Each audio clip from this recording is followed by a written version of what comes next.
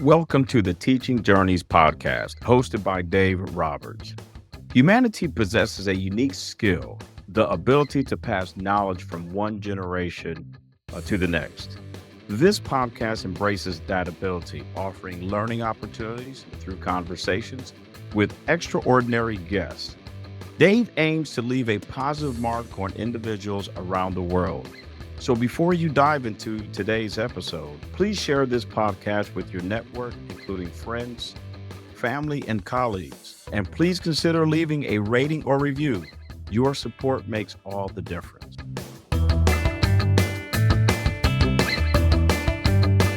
Hi, everyone, and welcome to another episode of the Teaching Journeys podcast. I'm your host, Dave Roberts, and today it is my pleasure to have as my guest, Carol Banens. Carol Banens helps individuals navigate their grief and reclaim their lives through her Choose program, empowering them to move forward with confidence while maintaining a meaningful connection to their loved ones. As a certified grief educator and grief to gratitude coach, Carol offers compassionate support with practical tools, guiding grievers to rediscover purpose and joy. Her transformative journey began with the loss of her husband in 2018, leading her to a profound exploration of grief that uniquely shaped her approach to helping others. Carol is also an Amazon #1 selling author of the grief poetry book, Kintsugi Your Heart, The Art of Living with Grief. And with that, Carol, welcome to the Teaching Journeys podcast. It is a pleasure having you on the show today. It's a pleasure to be here, Dave. Thank you so much. And you got all that pronunciation correct as well. That's good. I try to be mindful of getting pronunciation right. I kind of figure one of the worst ways to get off on the wrong foot with a guest is to mispronounce their name. You got it right. Or to mispronounce the title of their book. So I wanted to make sure that I had all of that in place and, rehearsing a couple times before we went live. So, but we met, I think, initially it was through a gentleman, I think by the name of Keith McNally. Am I correct? Right. We did. Yes. Yeah. Keith has this knack for bringing like-minded individuals together. He's one of many individuals that have referred really, really great guest contributors to the podcast. And with Keith and other individuals that are in his circle and those that I've developed on my own, I haven't had to look too far for guests. So that's a wonderful connector, I have to say. Yes, I'm very grateful to him. Yep. And, some people are born natural connectors, and he is one of those. So I think so. Yeah. So anyway, if you're ready, I've got questions. Go ahead. All right. The first question for you is, please tell our listeners about the experiences that have shaped your life path and your life passions today. Oh, well, I start from the beginning. From a young girl in England, I came from a medical family. My dad was a surgeon. My mother was a nurse, and I grew up in a medical community. So I chose to become a physical therapist as I got older. But I also experienced grief as a young child. I think we're going to talk about that another time. But my sister died when I was 9 years old.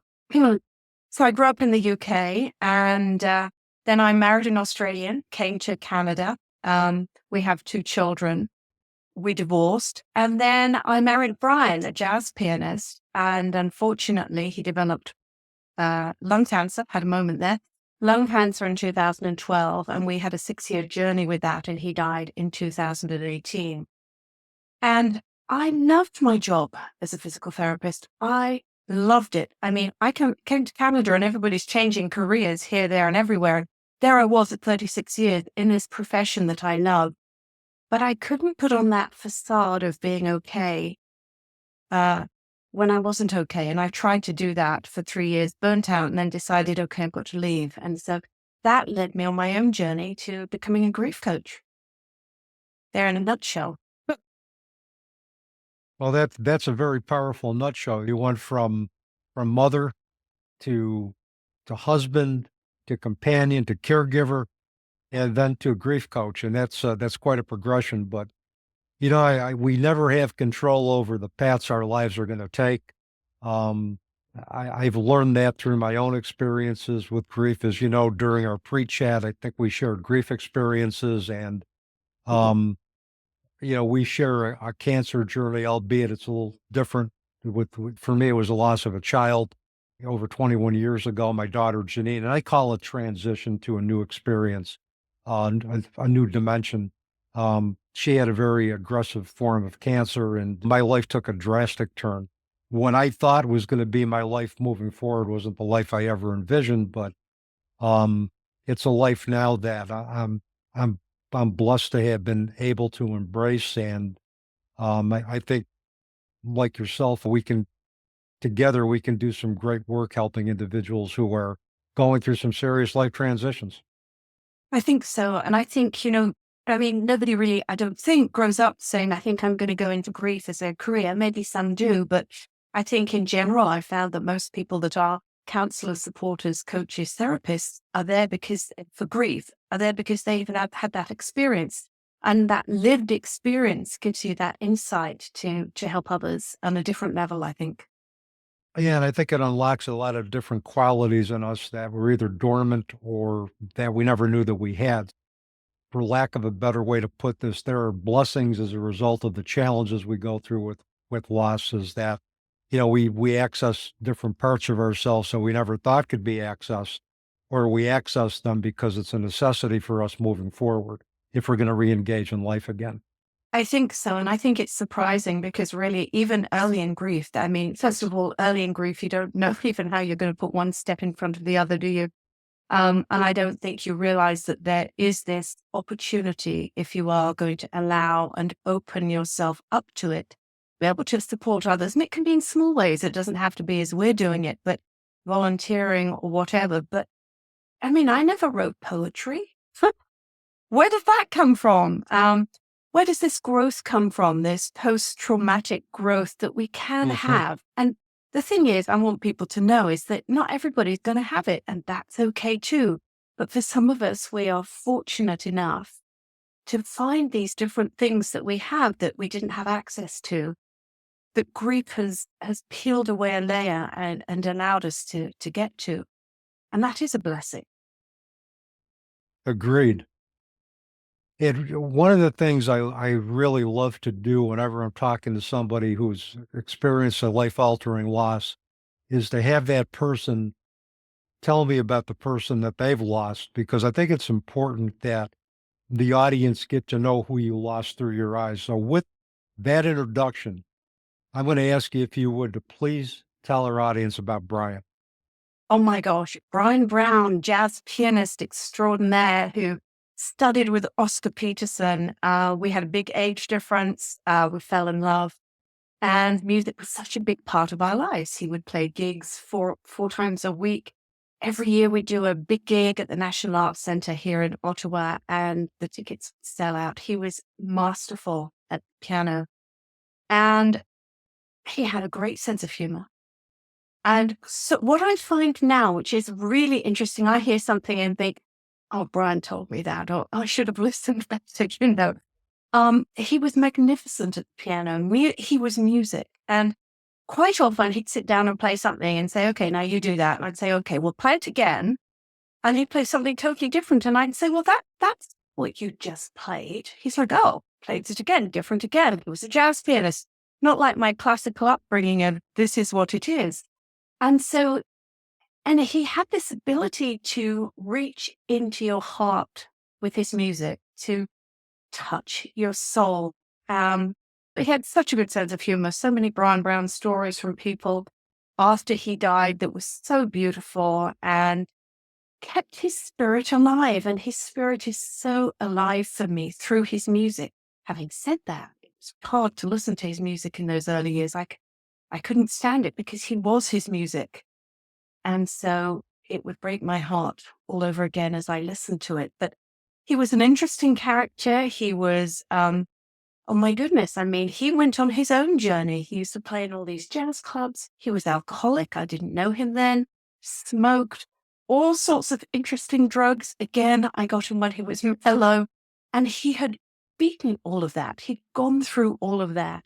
to the place where he was now. And somebody made a really interesting comment when he was playing one time. He said, with Brian, there's always a slight melancholy in his music that runs through. And I thought, I think that's true. I think that's his life experience. And he wouldn't have played the way he played unless he had lived the life he'd lived. So he was a big character, an interesting character, very generous, a very generous person musically when he supported others as, backing and helping them. And I miss him dreadfully. He was a very special man. And I had the opportunity to find some of his older music on YouTube. And if you go on YouTube and just Google the Brian Brown Trio, there's a whole bunch of, I know he did some jazz specials in Canada. He was featured quite prominently, and his piano work is just masterful. I mean, it's very soothing. But you're right. I could see where you can detect a hint of melancholy in his music. But I think the great musicians channel their life experiences, both good and bad, into their music. I think The musicians that I like, and I'm not a jazz aficionado, but the music that I like, the artists that I appreciate are those that have used their life experiences, particularly their challenging life experiences, to create a very powerful and impactful message with their music. And that to me is where music becomes it is a creative form of expression. But when a person's life experiences are part of that, it takes that creativity up a notch, and it makes the music impactful and something where the message of that song or the music is going to last long after that person leaves this world. I think so. And I think the other thing I would say about music for Brian is that he had this cancer journey and he kept performing until about 3 or 4 months before he died. And I think that's what kept him going. I think that love, that joy from the music of sharing it with others, that's the best medicine he could have had.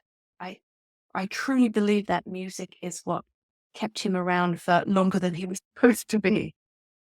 Well, and I think for individuals who are diagnosed with a life-threatening illness, I think attitude or motivation to defy the odds, I think can increase our quality of life. Obviously, he wanted to remain engaged in life, and he did so with his music, and that gave him a longer end of life chapter, and it gave him an opportunity to create more memories during his end of life chapter for both you, for him, and those who listen to him. And one of the things I wanted to ask you about cancer, did you find that there was a grief before his actual death, that you were going through grief of a different form? I don't think I knew it. I know that, grief, when somebody's diagnosed with a terminal illness, now I know as a grief educator that this is anticipatory grief. I was working full time with chronic pain patients.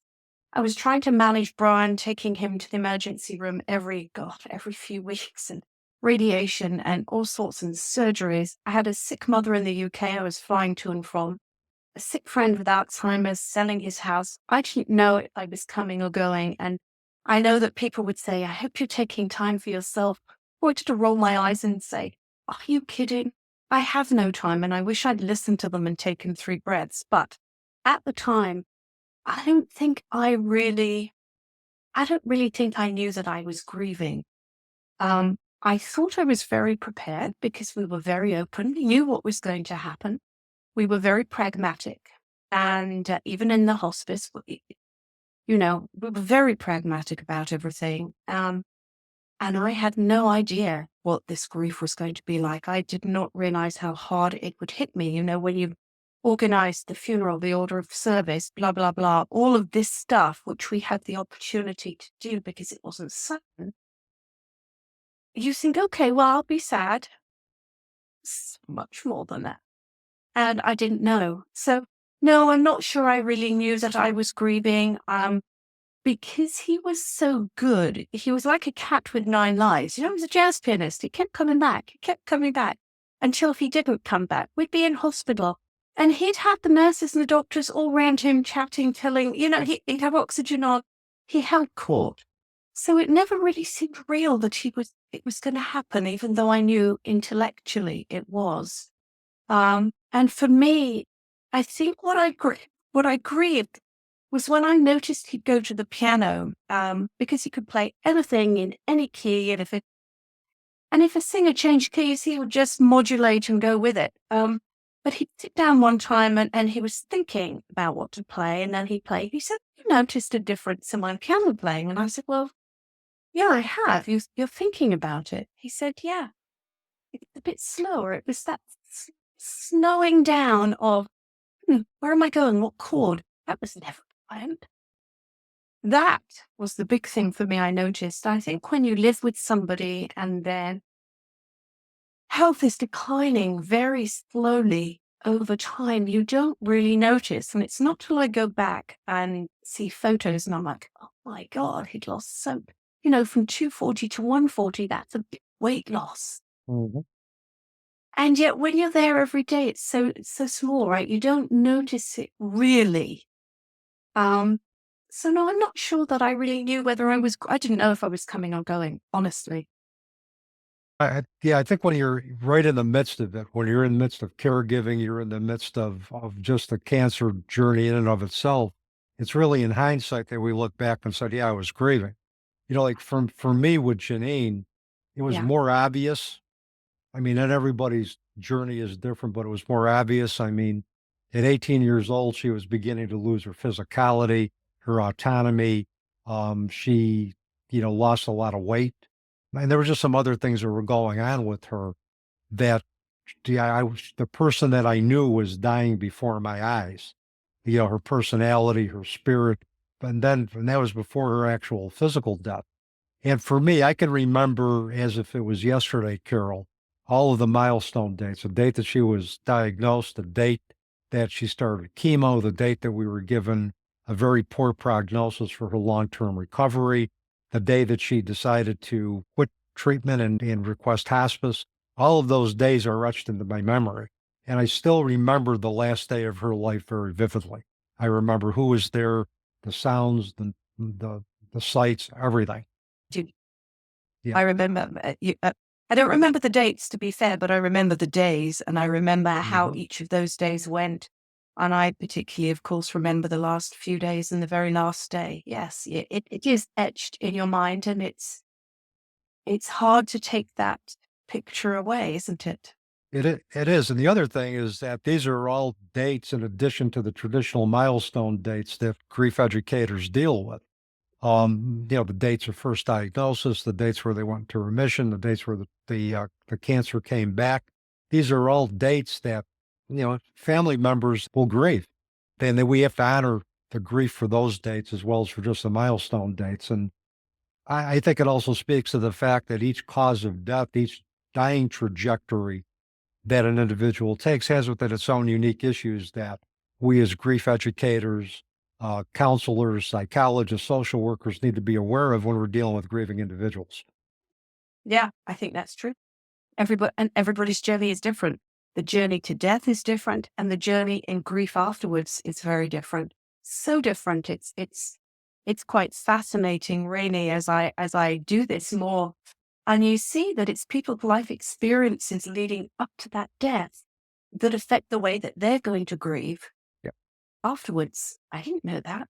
But Yeah. now, And how they handled previous losses. We could look at the strengths that they developed from previous losses and see how they can apply to their current situation.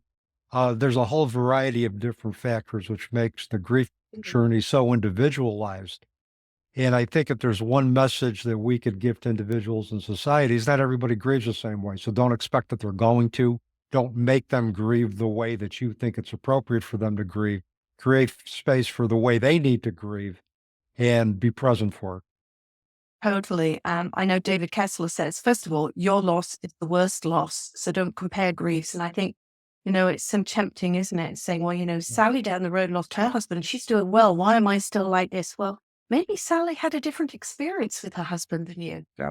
And all the life experiences. And I think it's, when I coach one-on-one because I really truly believe each person has their own journey. And I find that hard to put into a group. Having done many groups in my life with back pain, there's always one person who wants to stand out or who has lots of questions and somebody who's quiet that doesn't get their needs met. And so for me personally, the coach, as a grief coach, I like to do that one-on-one. I find that that is the most helpful. Absolutely. And if we can create space for everybody's individualized journey and work within how they choose to grieve, we're golden. And Yeah. we're going to help individuals move through their grief at their own pace. Yes. Yeah, exactly. Exactly. Now, speaking of poetry, Yes. let's talk about your book. Your Yeah. book of poetry is titled Kintsugi Your Heart, The Art of Living with Grief. Mhm. First of all, tell our audience what kintsugi is and its applicability to re-engaging in life after loss. Secondly, tell us about how the book is structured and what you want readers to take away from it. Okay. Well, so I'm going to show you the picture, and so that people can see this heart put together with gold. So kintsugi is the Japanese art of putting together broken pots with gold. So I was thinking when I wrote the book, actually, it started by my writing a post. I wrote a post on Valentine's Day called Kintsugi Your Heart. I thought, oh, it's a great name for a book when I finally wrote all this poetry. So I think of Kintsugiing Your Heart. The book is in 3 parts. Shattered, which is your heart. Your daughter died, my husband died. Our hearts are shattered into a million pieces. The next part of the book is just in pieces. So they're shattered, they're in pieces. But the last part of the book is called Making Broken Beautiful. How do we bring all those shattered pieces of our poor hearts together? It is different, but it can still be beautiful. So I talk about self-compassion, about allowing, about love, because these are the things we bring them together. And as I think now, I think of, the memories of the gold that weave our hearts together. Our loved ones, I feel, are always with us in our hearts. And I think they have kintsugied our hearts together. So that's where that came from. I like the concept because I've always said I've equated grief in some ways to rebuilding the foundation of a house. Let's say you built a house 30 years ago and you build that foundation with specific materials. Well, 30 years later, when that foundation needs to be replaced, you're going to find that those materials that you used 30 years ago are outdated. So you have to use materials that are going to give you a solid foundation, albeit with different pieces. I look at grief as we rebuild the foundation of our lives with different tools, different skills that we did not think of acquiring pre-grief. Yeah. Our foundation is different because the materials are different, but it's stronger and it represents the life that we now need to re-engage in following catastrophic loss. So yes, I think so. I love that analogy as well. I love it. I love it because I think, unless you're in grief, you don't understand it. I didn't understand it. I have a sister whose husband died 15 years ago, and I was compassionate, but I didn't really understand why it took so long. Now I do. And I don't think you understand how profound it is and how much it affects every facet of your life. And how we have to pull our lives together and integrate the grief so that we can live life. Because I think too many people get stuck and can't see a way forward. And they're stuck in the past. They're stuck in my husband, my daughter, my child. It's all heartbreaking. And yet it's a normal part of our lives that we have to somehow acknowledge that it's the cycle of life and death. It's going to happen. Sometimes it happens way too early, when you feel it absolutely shouldn't. It happens late. My mother died at 93 of COVID a couple of years ago. And I still grieved because I loved her. Just because she's older doesn't mean I don't grieve. She had a long life. Your daughter had a short life. So I think we have to come to that place of it's going to happen. So how can we allow it? But how can we expand our life around it? And that's the work, isn't it? It is work. But I think the more we accept that death is going to be a part of our lives, whether it be our own death or the fact that if we live long enough, we're going to experience the loss of the loss of others. The more we can make space for that, the better able we're going to be to integrate those losses into our lives and accept that death is going to be part of our lives. And acceptance doesn't mean closure to a life. It means that I realize that my life is different because the loved ones that I care about are no longer physically present in my life, but I'm willing to re-engage in life nonetheless. Yeah. I think it's an openness to re-engaging in life. And that takes courage. I think it takes courage to step. Brian used to have this lovely saying, I can remember when I first met him having piano lessons. And I had my diploma for teaching piano. So, I could already play classical. And I said to him, I don't know, after a couple of lessons, how long till I can play jazz? Thinking it wouldn't be long because I already played. And he said, well, you'll improve by the thickness of a sheet of paper. I thought, oh. But I love that because I used to use it with my patients, with back pain or how long will it take? And I'd say, well, it'll improve by the thickness of a sheet of paper. And if you get enough sheets, you get a chapter, then you get a book. And it's the same with grief. I wrote a poem of the thickness of a sheet of paper. It is so small, but we have to move into that forward direct. We have to be open to it. We have to be brave enough to take the steps, to go to the shops when we would rather stay in bed, to call a friend when we'd rather be alone, to talk about our loved ones. We have to do these things to get back to life because, and I'm pretty passionate about this bit, we're privileged to still have a life. Mm-hmm. Our loved ones don't have that life. We do. So how can we live it to the fullest we are able? I saw a meme somewhere, and I think it was from a Facebook page called Let the Wolves Run Free. And it went something like this, that we are given a life.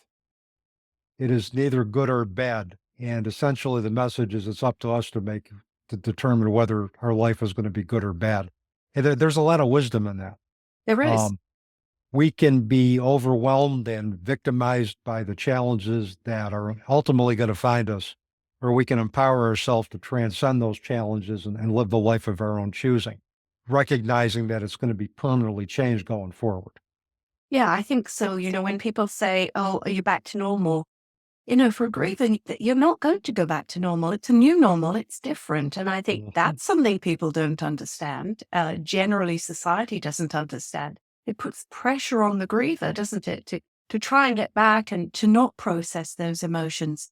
But there is a new normal. There is a new life. There is an opportunity to have joy and meaning in life.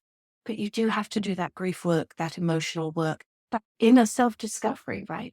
Yep. And whether we experience loss or not, the process of inner self-discovery is always going to be ongoing. There's going to be something that happens in our lives, whether it be challenges on the job, in our relationships, that are going to cause us to go within, reflect, and determine what type of a life do I want to lead now moving forward. There's always going to be some type of transition. It doesn't necessarily have to be related to loss, but there's always going to be some type of transition or challenge that we are going to need to respond to determine what's our life going to look like moving forward. And ultimately, it'll be different than the life that we were previously living, because challenge and transition tends to change the trajectory of our life paths. It does. Now, I know one of the things you said was, would I read a poem from each of the sections of the book? Would you like me to do that? Oh, I would love you to do that. And just basically, however, whatever you want to share after you've read that poem, either why you shared that poem or why that poem spoke to you for this particular podcast, any other meetings, I'm just going to leave it up to you. I'm just going to sit back and with the rest of our listeners, just listen to you read. Okay. And reflect.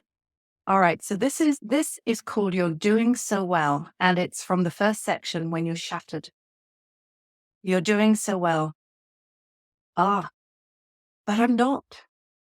Do you mean that I'm a quiet griever? That I shield you from my tears, from the uncomfortableness of it all? Do you mean that I'm keeping it together, that I look fine, that I don't talk about it, that I'm back to normal? I'm not. Do you mean I'm strong, not showing any emotion, appearing to be coping just fine? I'm not.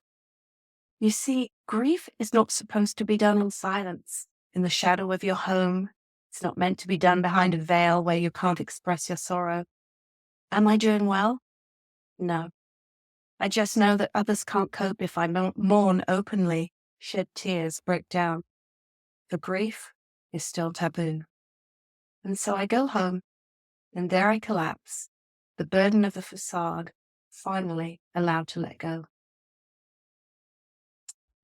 And I chose that one because so many people would say, "Oh, you're so strong, Carol." I needed to smack them. No, I'm just quiet. I'm very English and I don't express my emotions out to you, but I'm dying inside. And so often people say, "How are you?" "Oh, you're doing so well." What does that mean, you're doing so well in grief? So that was my thought process as I wrote that. It's like, you know what? Doing so well means perhaps you're not showing us any of these emotions and it's all comfortable for us and it's not comfortable for the griever and we feel we have to put on this facade. And I would come home having put on a facade at work because of course I'd walk into a room with a patient. I have to be upbeat. They are there in my care. And so I would be present for my patients and I would come home absolutely exhausted from that facade. And I kept that going for 3 years till I burnt out. And then I realized we can't keep this up any longer. So that was an important one for me, I think, for grievers to know that, or for people who aren't grieving to know, don't just say, "You're so strong." You don't know what's going on. No, and I think a lot of times, and I can speak for myself, I put on this public face I to compartmentalize my grief and just to give myself a break from the intense pain that I felt after my daughter transitioned. And a lot of people will say, "Well, you're so strong." Well, not that I have a choice. Um, I didn't have a choice. yeah, What do you do? Curl up and die myself and not yeah, come out of my house? And I know that some people almost go into that. yeah, and they do, and I think you have to. I think in the beginning of grief, you have to allow the emotions to affect you. You have to feel it. But if you choose not to move past that, then you're staying stuck, and then we're looking at some long-term complications, probably physical as well as mental health complications. Totally. I'm just going to throw out a statistic here for your listeners that 10% of psychiatric illnesses have been attributed to unresolved grief. Hmm. So for anybody listening, don't push your emotions down. You need to feel it to heal it. And you don't necessarily have to cry to feel it. You just have to find some way to get it out.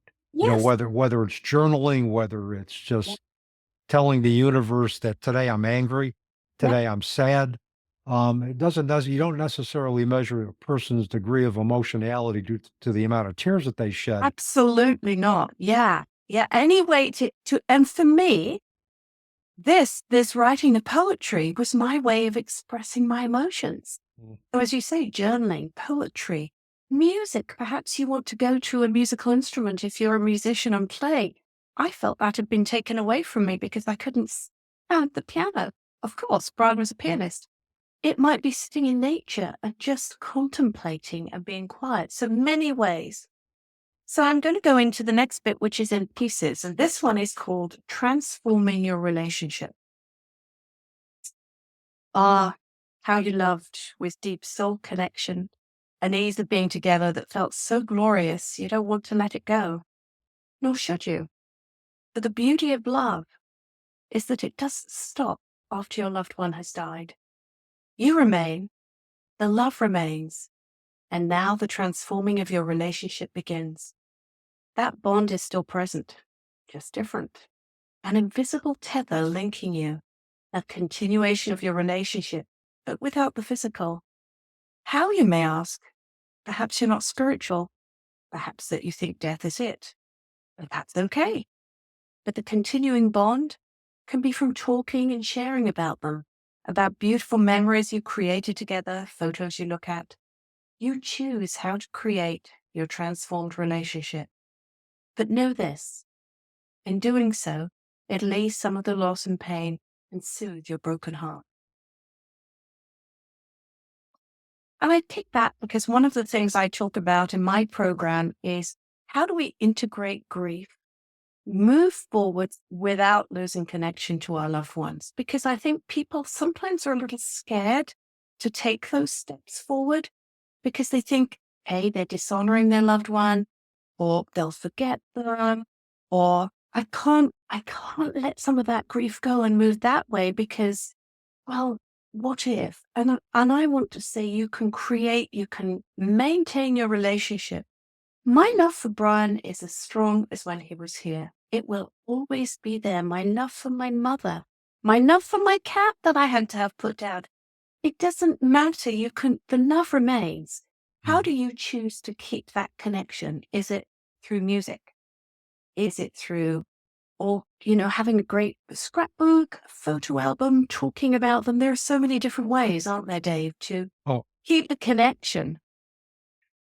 Absolutely. And that poem spoke to my heart and to my philosophy, is that transforming the relationships with our loved ones, creating continued bonds with their memories, with their essence, are going to allow us to integrate our grief, and allow us to move forward with them as partners in the life that we now choose to live. Will maintain connection with the memories of their loved ones, or with the essence of their loved ones, and communities that support it. And we actually integrate our grief by remembering, not compartmentalizing it, not grieving for a predetermined amount of time, burying our grief and then moving forward as if nothing had happened. It's maintaining those continued bonds for as long as we are alive that are going to allow us to continue to move through grief. And that's one of the reasons that poem spoke to me when you were reading it, because it mirrors my philosophy of what we need to do to integrate grief following the deaths of our loved ones. I think so. I think it's so important. And I was talking to a client the other day who doesn't believe that there's any hereafter or transitioning, which is, of course, fine. That's her belief. But I wanted to give her comfort, and I said, The Grieving Brain, the book by Dr. Mary Frances O'Connell, is a wonderful book, and it talks about how when you have a loved one, they have a neuronal map in your brain, like an avatar of them in your brain. And I said, he may be physically gone, but there are actually circuits in your brain of him still, so he's still there. She found so much comfort in that. And I think it's really a fascinating thing to learn about this stuff, to learn that actually we have a brain map of every part of our body. That's why when people have an amputation, maybe they've had an amputated hand, they can come in and say, but I still feel my thumb, it's still painful. Well, because the brain hasn't got used to the fact that that part isn't there. There's still a map. And your brain still has this map of your loved one. It does sometimes feel like an amputation when they're gone. They're still there in your brain, and it remains, which is fascinating. Yeah, I mean, there are certain things about not only my daughter, but my other ancestors who have transitioned from this life. I can remember certain events that we shared as if they were happening in real time. And I think that's the process, I think, of being able to our brains to store both short and long-term memory, and that we can access those pretty much at any times, or if just something happens spontaneously, or in an environment, or we hear a song that can really just, I think, stimulate a lot of nostalgia for the people that were in our lives. Absolutely. Absolutely. So the final one I picked is from the very last section, Making Broken Beautiful. There were so many I could pick, but I picked this one. The grief remains, but you expand around it. It is always there, this loss. How could it not be when your loved one is no longer with you? At first, the grief consumed you.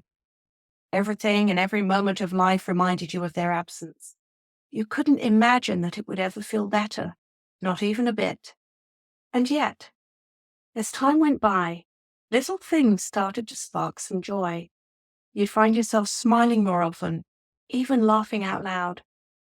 And then a grief burst might arrive, triggered by a scent or a sound, reminding you once more that your grief is there, under the surface, but there nevertheless. The grief didn't change. It remained. But you changed. You started to live again. You accepted that grief would be your companion, not your master. And as you allowed yourself to expand around that cold ball of grief, life became more bearable, even pleasurable once more. Yeah, I like it. Thank you. Well, And again, for me, it's that imagining, there's your grief and there's your life initially in early grief, but the grief doesn't change. You just kind of expand mhm. around it because it's always there. How can it not be? But it doesn't have to. Think my message is it does not have to define the rest of your life. You carry it, it comes, it whispers to you, it talks to you, but it isn't your master. Don't let it be your master and ruin the life you have left. And the experiences that shape us are both good, what we see as good and what we also see as bad. And if we, in later grief, if we allow the pain that we experience from grief to teach us, to inform us, to make us more aware, there's nothing wrong with that. But in the beginning, we run away from it like it was a bear chasing us in the woods. It's understandable that people push it down and try and ignore it. I mean, I could read a million poems in there, but it as we allow it, it diffuses it. When you resist it, Mm-hmm. persists. And so I think it's that. And it's not easy to sit with these emotions. That's why it's good to have guidance and have tools so that you learn how to sit with it, how to be mindful with it and allow it. Well, particularly depending on, what aspect of society you believe in or follow. There's always been this prevailing attitude that emotions get in the way of productivity, get in the way of success, get in the way of happiness, where in reality, embracing our emotions make us more genuine and I think make us more successful and make us more whole. And that, I mean, that fits with the, 3 to 5 days bereavement leave here in Ontario. How on earth? How on earth are you supposed to go back to work in that time frame? I went back 3 days after Brian's funeral. Stupid. Didn't know any better. And how can anybody be expected to be a surgeon, be an accountant, be a lawyer, whatever it is, in a high-powered job with numbers, with people's lives in their hands, 3 to 5 days after, say, their husband or wife died or child? You're not functioning. You are not functioning on all cylinders, nor can you. No, grief has a pervasive effect on us physically, cognitively, emotionally, socially, everything. I Yeah. mean, I was reading somewhere where the chance of a heart attack increases significantly within the first 24 hours after a significant death, I think it's due to, I can tell just you high what it stress. is.